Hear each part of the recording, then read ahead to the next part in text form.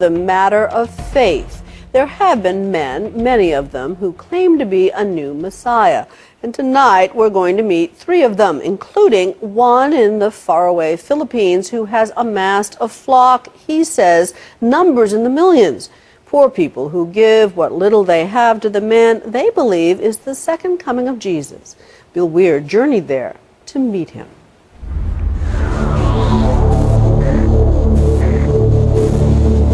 Throughout the Bible, prophets, angels, and Jesus himself all promised that the Son of God would return to create heaven on earth.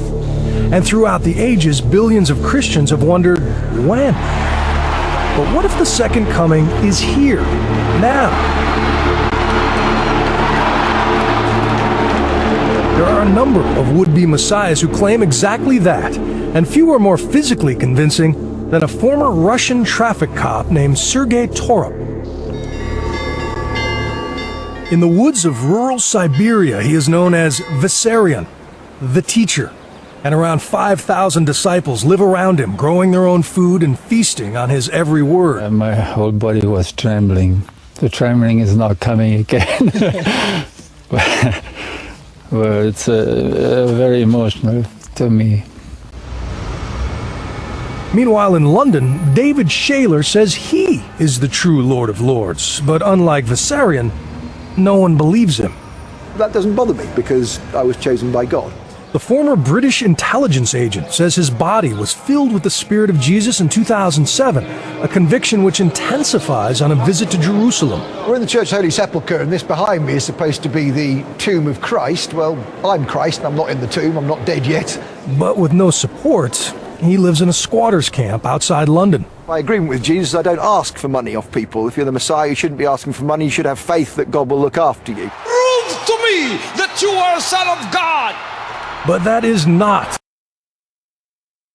a sentiment shared by Pastor Apollo Quiboloy, the most successful of the world's self-labeled saviors. The official coming of the Son of God was in April 13, 2005.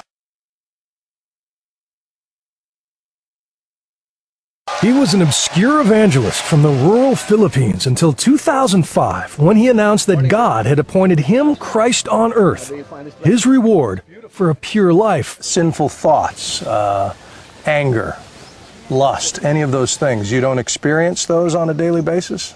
As a human being? Yes. I have already overcome all of those.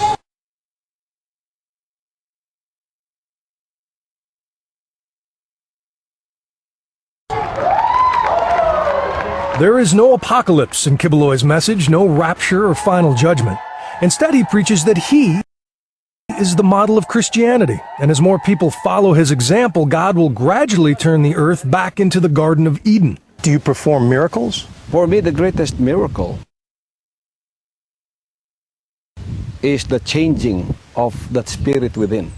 But healing the sick, the manifestations of Jesus' powers, you're able to do that? We have healing. You are healing and miracles happening. After taking his place as the appointed son, Quiboloy's ministry has exploded. He claims to reach 6 million followers with his satellite TV network, numerous publications, private jet, and personal helicopter. All the better to avoid the bumpy road and impoverished villages that lead to the walled compound he calls the Kingdom of Jesus Christ. Here is his 5-bedroom home, surrounded by manicured gardens of imported grass. So this is your Garden of Eden. This is what we call the Garden of Eden restored.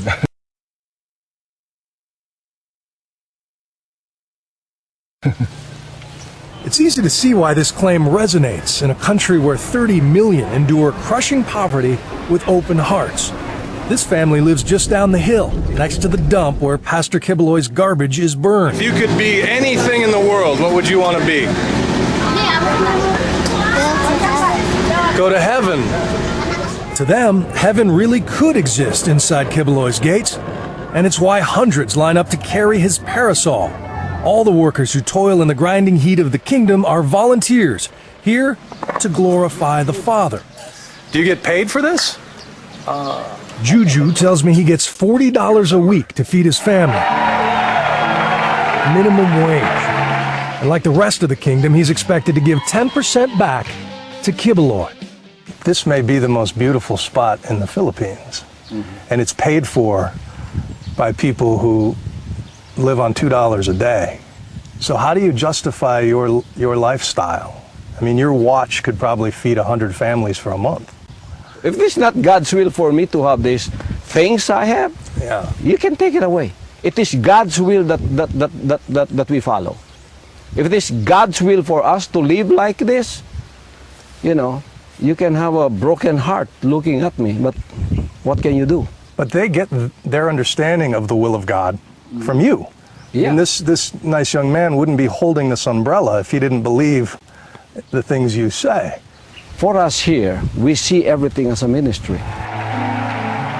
My talent is to preach. My talent is to be a leader.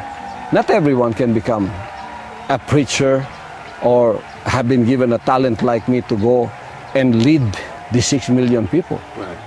But Jesus, when he walked the earth, according to the Bible, lived among lepers and prostitutes. I live among them.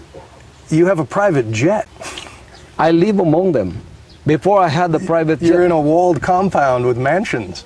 Before this, I lived among these people. Like, for example, that jet that you're talking about. Do you know that in 1983, I had a revelation of that jet? That the Lord is going to give me that. Yeah? It is Him who gave me that. If it is not His will, how can I afford that? Well, Kibuloy has been accused of kidnapping and brainwashing by the parents of at least one of his followers, but he was never charged. He insists that anyone is free to leave his flock and seal their fate for eternity. Will they go to hell? It's up to them. They know that. So that's your will, you know. If you want to go to hell, no one will stop you. If you want to go to heaven and follow this way, no one will stop you too. Come work with you. Yeah. There are three possibilities here. You are either the Son of God, or you're delusional, or you're a very successful con man.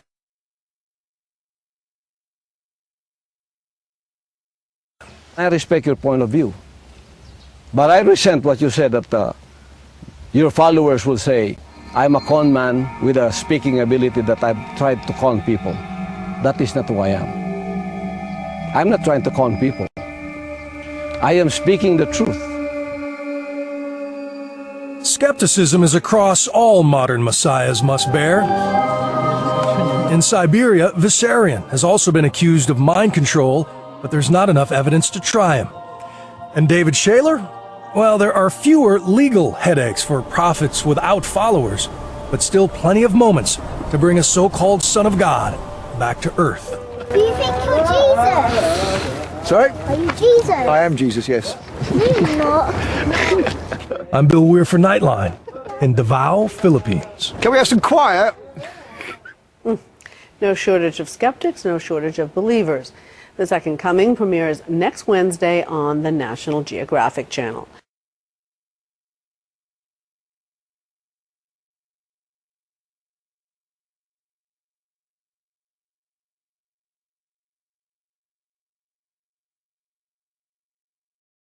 Sir, I was going to suggest a merger. Go on. We make cookie layer. This is a smartphone.